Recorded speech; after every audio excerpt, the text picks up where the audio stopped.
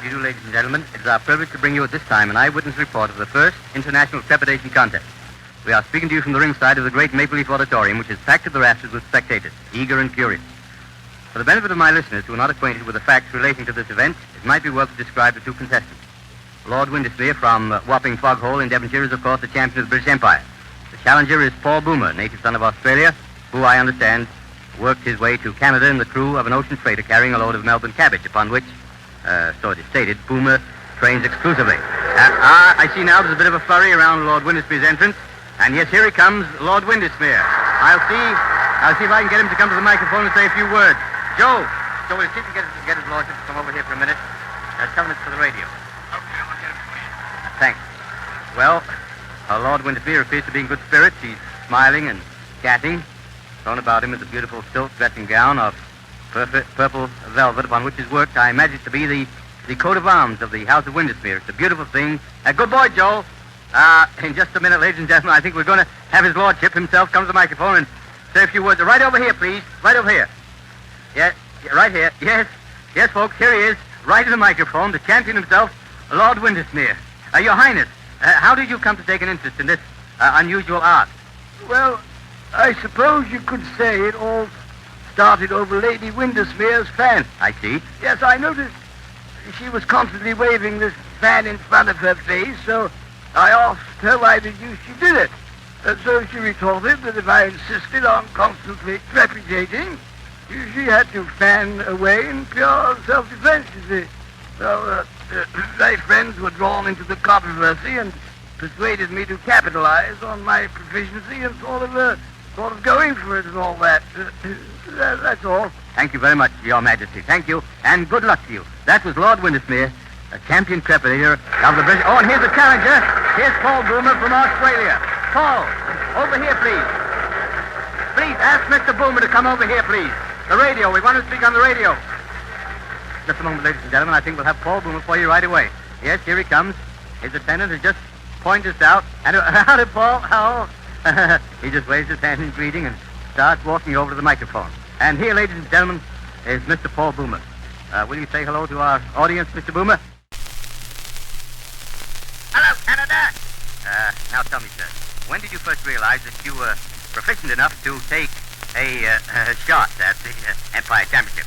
Well, ever since I was a little nipper, I liked to fart. I remember I used to make my mother and father laugh their bleeding heads off when I used to let one go in church during the announcement of the ladies' aid. Excuse me, Mr. Boomer. On the radio, we call it crepitation. Now, look here, cobber. What I always says is, a fart's a fart, whether you raise up on one cheek and sneak, or whether you give it a full blast like I do. Very well.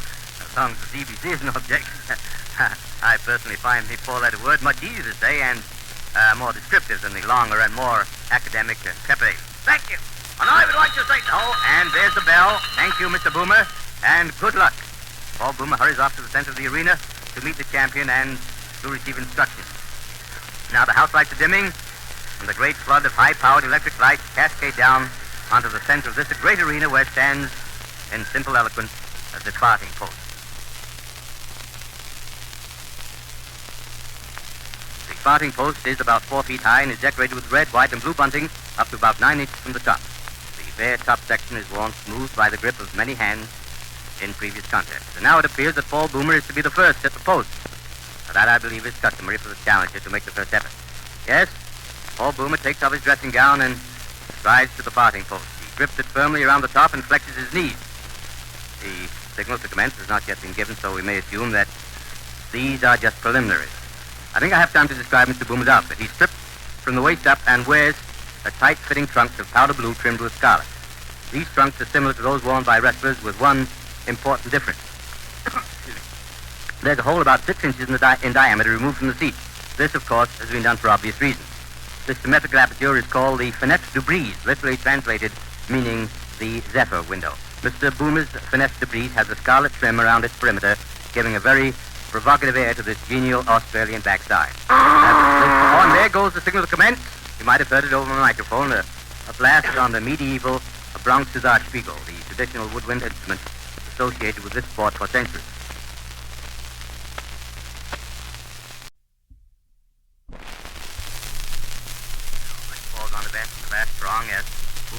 slowly, deliberately to the farthing post, exuding confidence that he gives one last all-encompassing grin to the tense audience as he grips the farthing post between a pair of hands that look as though they could splinter the post. Now he flexes his knees, much in the manner of a boxer. Seems to be concentrating on the very top of the farthing post. You can hear a pin drop, and here it comes. Oh, a beauty, a beauty. I think it was a triple flutter blast. Yes, that's what the judge signals. A triple flutter blast. That gives him 25 points right off the bat. And another of the same, and another 25 points. That's followed by I beg your pardon, 3 fuzzy farts in rapid succession. It's amazing how this man can change pace and style of offering by a slight, simple shifting of his buttock area. He's still gripping the post in complete concentration. Boomer now has a score of 65. Those last 3 fuzzy farts are 5 points apiece, adding 15 to his previous score. And now here's something coming. A flooper, a perfectly executed flooper. What's that? I'm sorry, ladies and gentlemen. That was a follow-up flooper. The second time in the history of this sport that a follow-up flooper has been achieved in open competition. The only other time, I believe, was during the World Series held in Europe in 1783. During the course of this series, Francois Fouf, the famous French farter, after leaving a follow-up flooper, defeated Sandy McWin, his Scottish opponent, by only 1 bloop and then dropped dead. As you know, since then, in honor of Monsieur Fouf, the bloop has been dropped from open competition. And now the score is 105 for Boomer. Flooper, of course, counts 10 points, but a follow-up flooper, a very difficult maneuver, gives 40 points.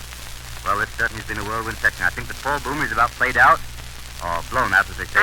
What am I saying? There's a fuzzy fart and another. That gives him 10 more points, and he's not through yet, apparently. Wait a minute, here comes a sweep. Oh, a little sweep, worth only 2 points and very dangerous. And another sweep. Well, not bad. Well, he's certainly putting up a fight. Well, he's certainly putting up a fighting finish. 4-3, a very hazardous part because of the danger of plotting. But giving him 8, a very valuable point. And there he throws up his hands. He throws up his hands as a signal that he's finished. And the crowd gives him a tremendous ovation.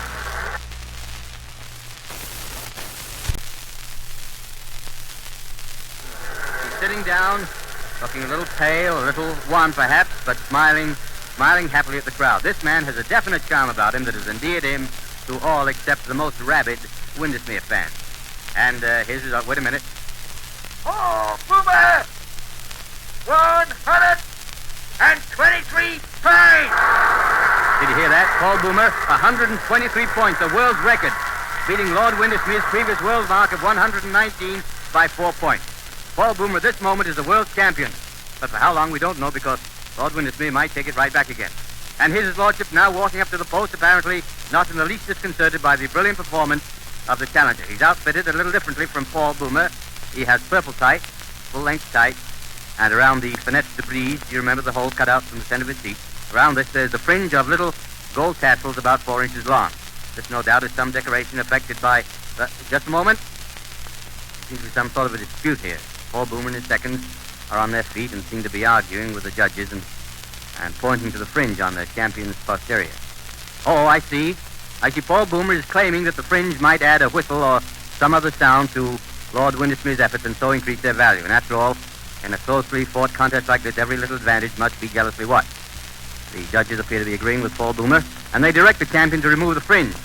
He doesn't like the decision very much, and the crowd's getting resentful. They think he should be a better sport about it. And I agree with him. Oh, he seems to have decided that he's got to give in, and he rips off the fringe and flings it to the ground. Then he walks over to where Boomer is sitting. He turns his back, puts his hands on his hips, and he leaves a sweep right in Paul Boomer's face. The crowd get a kick out of this. As you know, a sweep is a very low scorer, only 2 points, but to throw one away just in a gesture of defiance demonstrates the spirit of dash and recklessness which has made the Englishman the champion that he is.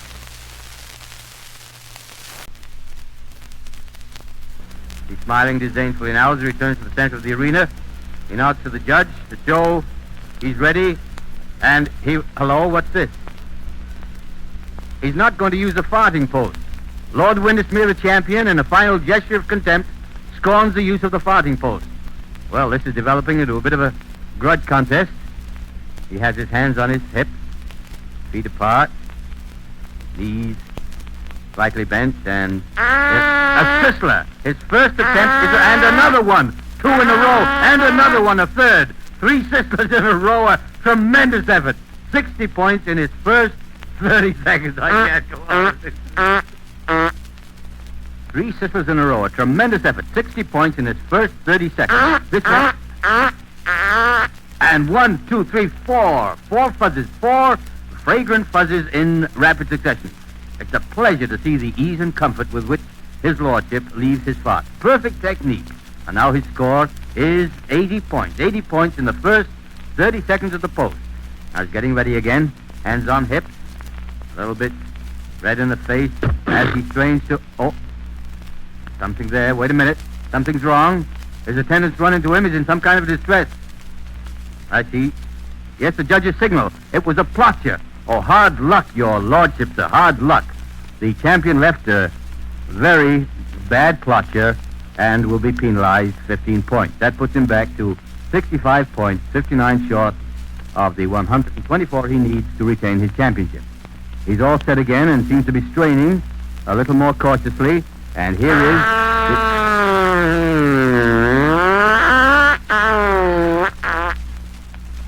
a thunderous break. Oh, a beautiful bit of wind-breaking virtuosity. A most difficult part to perform without plotting. This man has wonderful control, and the crowd are really warming up to him. That thunderous break counts 30 points, and it takes Lord Windesmere up to 95 points. It's getting very tense now, and here it is. Here is the next one. A trill blow. 10 points, followed by a resounding single flutter blast. I think that is. Wait, yes, the judges proclaim that to be a single flutter blast. A lovely change of pace there. And now the excitement is growing unbearable as the champion takes a step away from the post, and his score is 120. Just 3 points short of the Paul Boomer mark. Just 3 points short. If he gets one more fuzzy or 2 small freaks, it's all over but the shouting, and the challenger will have to return to Australia with his shattered hopes. I think everyone's heart aches for Paul Boomer. He's really a great guy, but Windesmere steps up to the post again and looks very confident as he gets ready for the killing. And here it comes. A threep. That's 2 more points. A little small threep was all it was. 2 points. And now it's practically over. Just 1 more of those little threeps, those little 2-point threeps, and the contest will be over. It seems as though his lordship was deliberately tormenting Boomer by dallying. But Boomer's smiling. It's a forced smile, but he's trying hard. He's sitting there trying hard to take it like the grand sportsman that he is. But he can see defeat standing ready to sweep away his dreams at almost any instant. And now Lord Windesmere steps forward and... Hello, he's going to use the farthing post for his final effort, it seems. Flexes his knees. It looks as though he's going to try for a high-scoring effort for a whirlwind finish. Perhaps another Sisler. And now he's trying very hard. The veins are starting out on his forehead, and even the trickle of perspiration venturing down his temple seems to hesitate, so that this mighty last effort should have undivided attention. Now, a suggestion of a smile from the champion. He seems to have decided just what treatment he's going to give this final bid. I see the audience, almost to a man, is on its feet, breathless and tense. He closes his eyes. A look of pure ecstasy on his face. Oh, he shits! The champion is disqualified! Ladies and gentlemen, as a special service feature, we have brought you direct from the ringside of the Maple Leaf Auditorium a blow-by-blow description of the first Crepitation contest held under international auspices. This broadcast replaced midweek meditations usually heard at this time. Your narrator, Sidney S. Brown.